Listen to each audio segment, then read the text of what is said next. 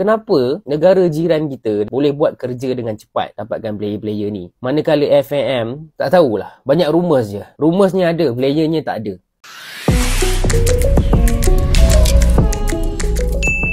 Assalamualaikum warahmatullahi wabarakatuh. Kembali bersama dengan kami di channel ini. Ya, lagi-lagi netizen tetangga ada yang merasa terganggu dengan kehadiran Kevin Dix sebagai pemain baru timnas Indonesia dan statusnya telah menjadi warga negara Indonesia. Salah satu netizen tetangga mempertanyakan kualitas Kevin Dix dan menyinggung pengalaman bermainnya di Liga Champions. Sebagai pembanding, mereka menyebut Deon Kools yang juga pernah merasakan atmosfer kompetisi tertinggi di Eropa bersama timnas Malaysia. Alah, baru dapat Kevin Dix saja berlagak sangat. Deon Kools lagi dulu main dekat UCL, tahu. Mamat Nita de sekuku jarinya pun. Pemain buangan Belanda saja dipungut. Asal kalian tahu, Virgil van Dijk itu ada darah Malaysia, tahu. Atuknya daripada Johor. Oke, cuitan ini merupakan suatu kecemburuan apalagi dibandingkan dengan Deon Kools. Sebelumnya ada juga netizen tetangga yang mencuit hal yang hampir sama ketika Erick Thohir bersalaman dengan Kevin Dix, yang mana mereka mengatakan bahwa tidak ada yang istimewa dan lagi-lagi Deon Kools yang dibandingkan. Sebenarnya perbandingan antara Deon Kools dan Kevin Dix ini juga lumayan jauh. Deon Kools main dalam 9 laga di UCL dan 7 di kualifikasi. Sementara Kevin Dix 19 kali di UCL dan 8 kali di kualifikasi. Saat ini keduanya juga berbeda tempat berkarir. Sama-sama berusia 28 tahun, Deon Kools bermain di Asia bersama klub Thailand Buriram United. Sementara Kevin Dix masih eksis di FC Copenhagen Liga Utama Denmark hingga bermain di Liga Champions ataupun UEFA. Dan jika berbicara di Ayamin, Deon Kools juga pernah digocek oleh pemain Indonesia Irfan Jaya dan beberapa pemain lainnya. Sehingga secara perbandingan kualitas Kevin Dix sedikit di atas Deon Kools. Malaysia ejek Kevin Dix, pemain buangan Belanda. Ya, setelah Kevin Dix berhasil dinaturalisasi, itu kabarnya terdengar ke seluruh dunia termasuk ke Malaysia. Ketika akun ASEAN Football memposting tentang Kevin Dix, salah satu netizen Malaysia itu menyindir Kevin Dix adalah pemain buangan Belanda yang dipungut Indonesia. Dan postingan itu di-repost oleh media-media besar di Malaysia. Kurang lebih seperti ini kalimatnya. Kevin Dix itu tidak pernah main di UCL, sementara bek Malaysia Deon Kools main di UCL. Mereka juga bilang kalau Van Dijk itu punya darah Malaysia. Asli aku heran loh, berita remeh-temeh kayak gini kok jadi viral di sana ya. Di-repost media-media besar pula itu. Dan anehnya aku juga ikut mereaksi berita remeh-temeh kayak gini. Memang udah rusak bah. Tapi aku mereaksi berita ini karena aku nggak terima pernyataan dari netizen Malaysia ini. Yang pertama, Van Dijk itu tidak pernah punya darah Malaysia ya.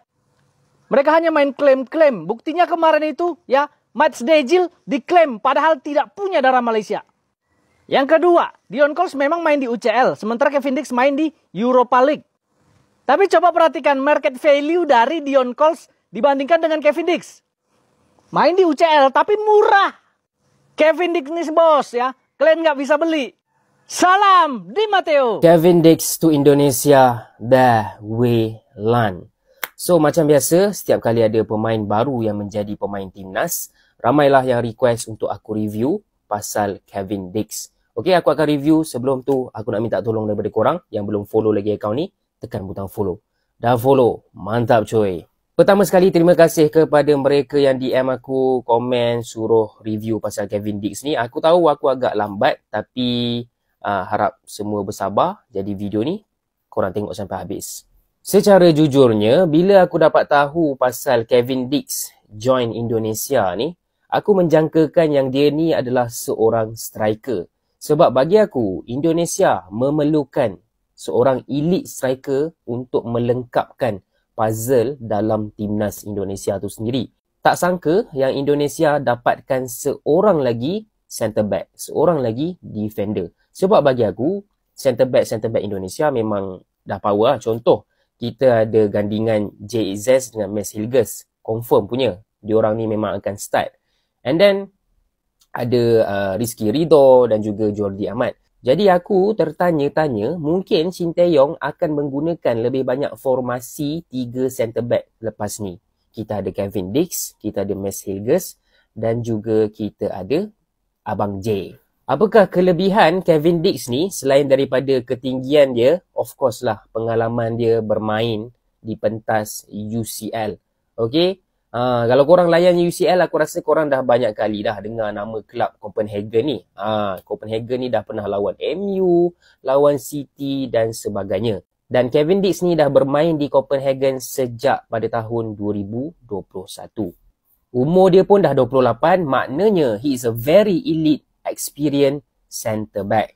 Jadi tahniah aku ucapkan kepada timnas Indonesia, dapat lagi satu player warisan yang baru. Cuma aku sebagai orang Malaysia, aku tertanya-tanyalah, kenapa negara jiran kita dan juga Eric Thohir boleh buat kerja dengan cepat dapatkan player-player ni. Manakala FAM dan juga ketua dia sendiri, tak tahulah, banyak rumours je. Rumorsnya ada, playernya tak ada. Okay, so Ya, dua cuitan netizen tetangga ini sebenarnya menandakan kecemburuan mereka karena mereka gagal dalam menaturalisasi pemain keturunan seperti Mats Dejil yang awalnya sudah digembar-gemborkan, namun kemudian terhalang oleh aturan FIFA. Berita buruk geng, Mats Dejil gagal jadi pemain Harimau Melaya. Menurut FAM, FIFA telah mengesahkan bahawa Mats Dejil tidak melepasi syarat kelayakan untuk menyertai skuad kebangsaan bola sepak Malaysia. Untuk Mats Dejil, darah Malaysianya datang daripada moyang dia. So memang tak kenalah dengan undang-undang FIFA. Mats Dejil yang memang nak main untuk Harimau Melaya turut hampa dengan keputusan FIFA ini. Ada lagi berita buruk yang lain. Menurut FAM, mereka juga sudah berhubung dengan beberapa pemain asing lain, namun setakat ini tiada yang positif. Bilalah baru kita boleh dapat berita yang baik untuk bola sepak Malaysia. Dan apapun kritikan tetangga, timnas Indonesia di bawah kepemimpinan Eric Thohir terus melakukan pembenahan dan perubahan di setiap kelompok umur agar timnas Indonesia bisa bersaing dalam kancah sepak bola dunia. Dan hal ini mulai terlihat seperti dengan kesuksesan tim futsal Indonesia yang menjuarai Piala AFF 2024. Indonesia tu sekarang ni nak mengejar 8+1, jadi 9. Indonesia tu dah berada di kelompok 18 terbaik Asia. Dan macam saya tengok Indonesia lah tu itu passion tu. Dia orang memang all out bagi kan. Dan Presiden dia Eric Thohir. Ya, betul. Sangat-sangat Indonesia bukan netralisasi. Yang contohnya beberapa yang ada sekarang ni tu bukan netralisasi, bukan daripada liga dia. Pendekatan Eric Thohir untuk mewarganegarakan seorang player tu, saya sangat-sangat kagum. Satu proses kenegaraan yang telus. Biar dia angkat sumpah. Pakai baju. Janganlah pakai baju. Aduh. Tengok Indonesia. Tangan itu songkoknya dengan tie merah. Hanya proseskan itu. Saya ingat lagi masa dia lawan Australia. Stadium ni sebelum game ke lepas match ke sebelum match? Dia kata lepas match. Masih lagi 80,000 tetap berganjak nyanyi lagu Tanah Airku. Kerana diorang setuju dengan proses kenegaraan tu. Ini kita jangan salahkan player. Saya kadang-kadang saya jealous sangat tengok Indonesia ni. Eric Thohir ni semakin menjadi-jadi. Kejap gambar dengan orang ni, kejap gambar dengan orang ni. Semua ni main. Kan? Tapi di sana untuk menaikkan bola sepak mereka dalam kedudukan yang lebih baik, kita tak payah ambil orang lain, kita ambil Indonesia je. Okay, saya ingat lagi pada pertemuan dengan Duli Yang Mulia Datuk Kota Johor. Tuanku ada berkata, titah tu dia kata, Fizal, you tengok, you kena alert ya. Indonesia will come. Eric Thohir tengah buat kau-kau. Betul. Jadi kita ni, kadang-kadang, yalah, Kelana Jaya pun kena tengok juga. Kan, sebab apa? Yang duk buat kerja ni netizen. Ya, dengan resminya Kevin Dix sebagai warga negara Indonesia ini, pemain FC Copenhagen ini dialu-alukan dapat membela timnas Indonesia dan diprediksi lini pertahanan Indonesia makin bertambah. Namun demikian keputusannya tetap ada pada pelatih Sintayong. Timnas Indonesia akan menghadapi dua laga penting dalam perjuangan menuju Piala Dunia 2026, yaitu melawan Jepang pada Jumat 15 November 2024 dan pada 19 November 2024 akan menghadapi Arab Saudi. Saat ini Indonesia berada di posisi kelima klasemen sementara grup C dengan 3 poin, hasil dari imbang melawan Arab Saudi, Australia dan Bahrain, kemudian kalah dari Cina 1-2. Dan kita nantikan aksi Kevin Dix bersama pasukan Garuda. Oke, terima kasih sudah menonton video ini hingga usai. Wassalamualaikum warahmatullahi wabarakatuh.